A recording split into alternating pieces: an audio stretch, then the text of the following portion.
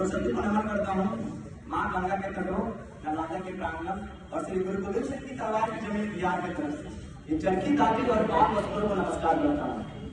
सुप्रभात, मैं मनीष सिंह, माननीय डायरेक्टर सर, शिक्षक एवं उपस्थित सभी महानुभाव एवं हमारी इस युवा शक्ति को रामकृष्ण विवेकानंद विद्या मंदिर के पावन धरती पे हार्दिक स्वागत करता हूँ।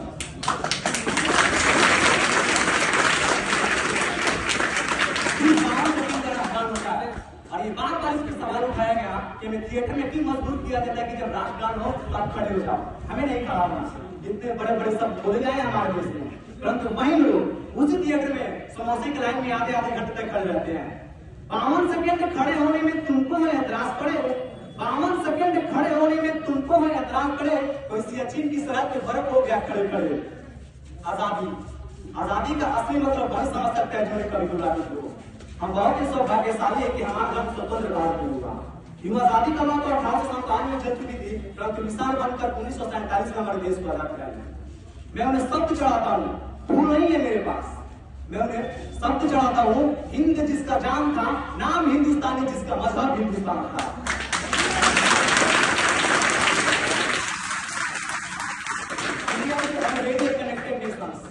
Now, NASA has reported latest state that the sound of the rotation Earth is old, and we have been worshipping her, and we have been worshipping landscapes, rivers, lakes, and since age now.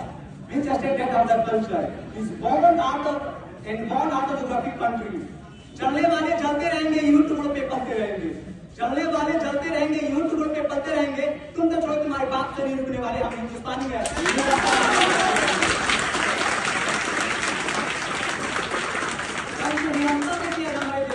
ये NCERT के पुस्तकें में पढ़ाती है कि 14 अगस्त मध्य रात्रि 2010 से हस्ताक्षर हुई और आजादी हमारी होने में आई।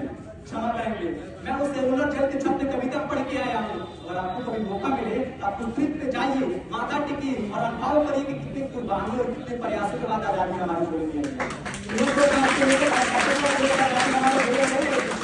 और मैं अपने जवानों के लिए कुछ कहना चाहूंगा जिन्हें शहीद हुए थे।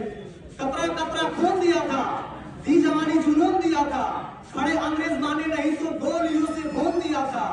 गोलियों के गांव नहीं थे न आवाज मंजीरों की, खनखनाहट गूंजती थी सेलुलर में जंजीरों की। राजनीति से मिली नहीं है, नहीं खरीदी पैसों से, सौदा लहू का मोल हुआ था भगत सिंह जैसों से।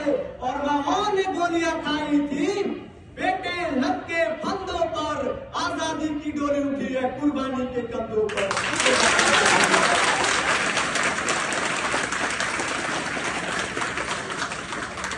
सुधर जाए पाकिस्तानी वरना नक्शे से मिट जाएगा, सुधर जाए पाकिस्तानी वरना नक्शे से मिट जाएगा।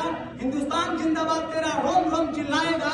तेरे आने वाली पीढ़ी मेरे मुल्क के तलवे चाटेगी, तेरे आने वाली पीढ़ी मेरे मुल्क के तलवे चाटेगी। मत तू ना देखे हिंदुस्तान से नहीं तो तेरी मरी हुई मां भी डांटेगी।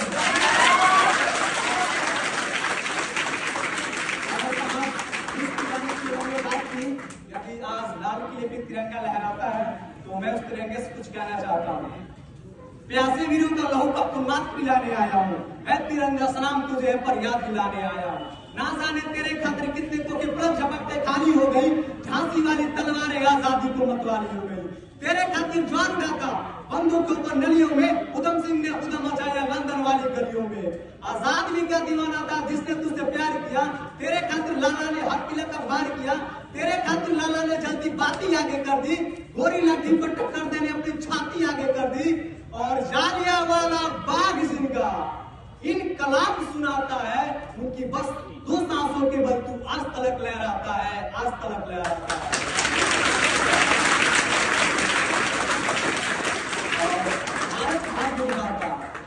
राष्ट्रगान के ये बोल आप बड़े गर्व से गाते हैं, परंतु कौन है इस भारत का भाग्य विधाता?